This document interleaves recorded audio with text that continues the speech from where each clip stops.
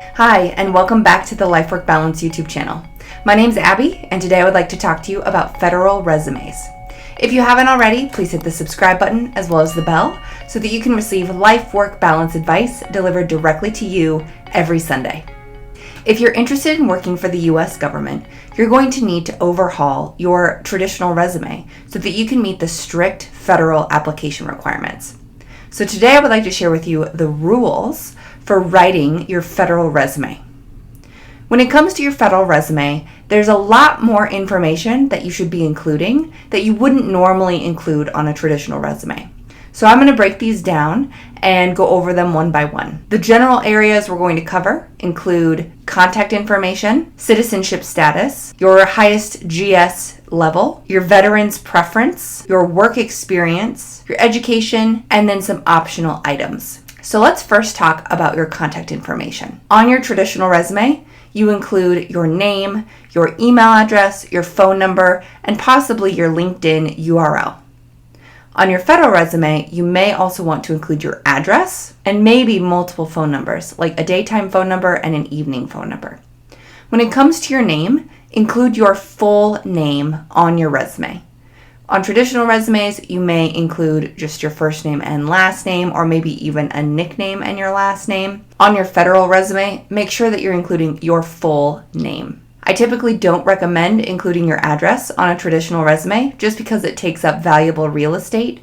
But with the federal resumes, you will want to include your full postal address so that that can assist in the vetting process. Next, you want to be sure that you include your citizenship status. Again, this is not something that you would typically include on a traditional resume. Identifying your citizenship status on your federal resume helps with the vetting process. For many positions in the federal government, you're not required to be a U.S. citizen, but your citizenship status should be identified on your resume. Next, you're going to want to identify your highest GS grade level. GS stands for General Schedule. All federal jobs are graded within the General Schedule. The GS scale goes from 1 to 15 and has 10 steps within each grade. If you're currently employed with the federal government, make sure you include your current GS level on your resume, as well as any previous jobs that may have included a GS level. I would also suggest, if you've never worked for the federal government, that you go onto the Office of Personnel Management's website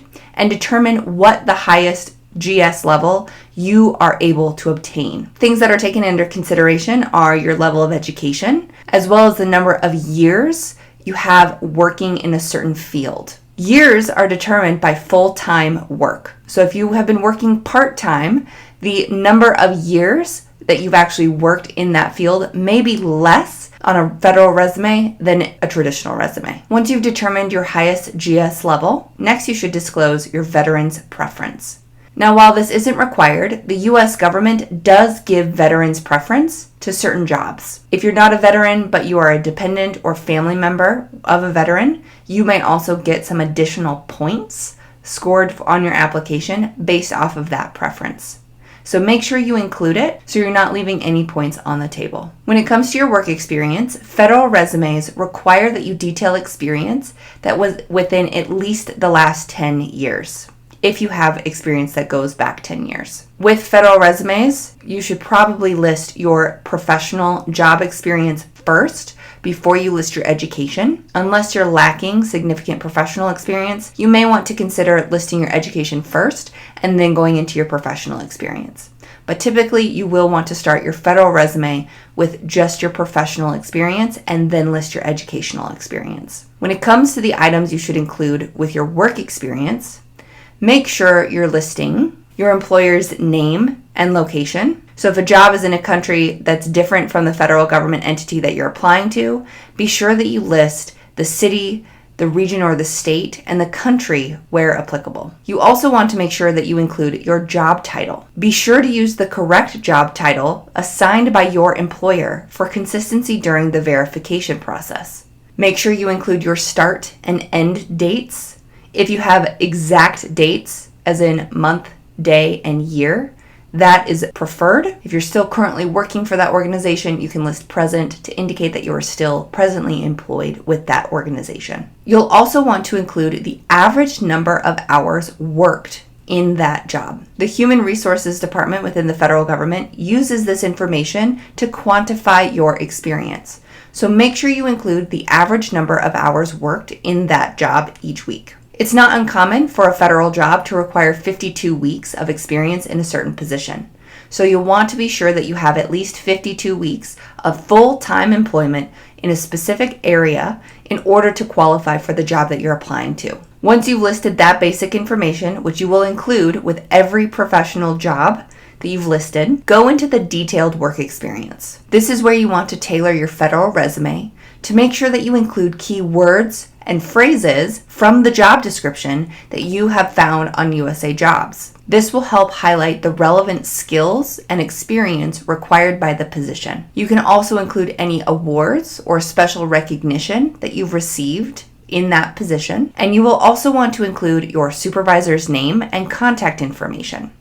Again, that's not something that's typically included on a traditional resume. However, you do want to include that on a federal resume. This allows the hiring personnel to reach out to your previous employers to vet your employment history. Once you've described your professional experience, it's time to describe your education. Make sure that you include each school that you've attended and any degrees or certifications that you've received. Things that you may not normally include on your traditional resume that you may want to include on your federal resume include homeschool curricula, study abroad experiences, and completed programs and degrees. For each school, make sure that you include the following information: years attended, degree or qualifications earned, including your minors, both majors and minors, your GPA, the number of credit hours you earned, your completion date, any awards or special recognition that you've received, including honor designations, include membership to professional or educational organizations and those professional societies, and include relevant coursework, projects, presentations, or papers. So that includes the meat of what you should be including on your federal resume. However, there are some optional things that you may want to consider including on your federal resume.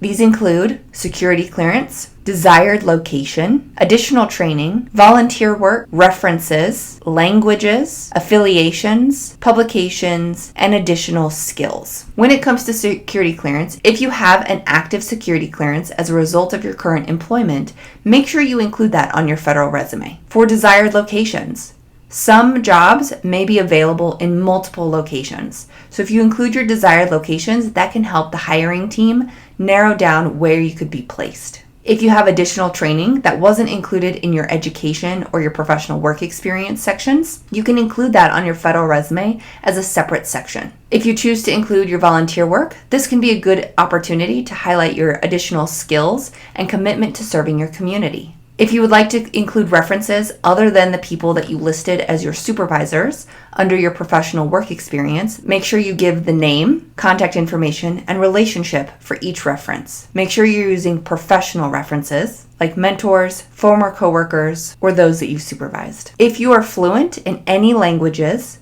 other than the one that is native to the government agency you'll be working for, be sure to include that fluency on your federal resume. Fluency in more than one language can be essential when applying to federal jobs. For your affiliations, list any organizations, professional or otherwise, that you belong to. These could include fraternities, sororities, charitable organizations, or trade guilds. If you've contributed to any publications or presentations, provide the titles, publications, and publication dates of any articles or presentations that you've written or given on subjects that are job relevant. And then we've got the additional skills section. In this section, list any technical skills that fall outside of your work experience but may be useful in the job that you're applying to. Now, this is a lot of information, and I haven't shown you an example of a federal resume. There are many examples of federal resumes on Google. So if you're interested in seeing what those look like, I recommend Googling federal resume example. My one word of advice is to try to stay away from large chunks of texts. Now, you may want to include a brief summary of your position before you go into bullet points of job duties. However, you want to make sure that you do include bullet points so it's easy to read, not only from the hiring team's perspective, but also from the applicant tracking system that the hiring team may be using. Keep things spread out. Your federal resume will likely be multiple pages long, With a traditional resume, you try to stick to 1 to maybe 2 pages, but a federal resume could easily be 8 to 10 pages long. So don't worry if you feel like you've got a lot of information in there. This is necessary information for the hiring team, the HR person who's reviewing your application prior to forwarding it to the hiring managers for review. Now, in my previous video where I talked about the tips for applying to federal jobs, I recommended uploading 2 resumes.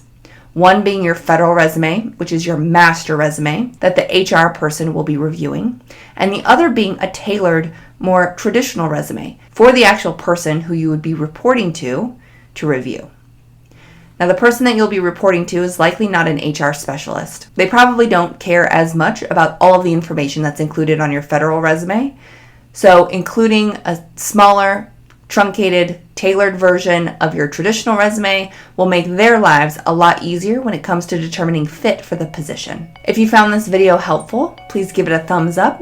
And if you haven't already, please remember to hit the subscribe button as well as the bell so that you can receive life-work balance advice delivered directly to you every Sunday. If you have any questions or comments about this process, please leave them in the comments box below. I'll do my best to take a look at each of those and respond to you as quickly as I can. I want to thank you for taking the time to watch this video, and I'll see you next week.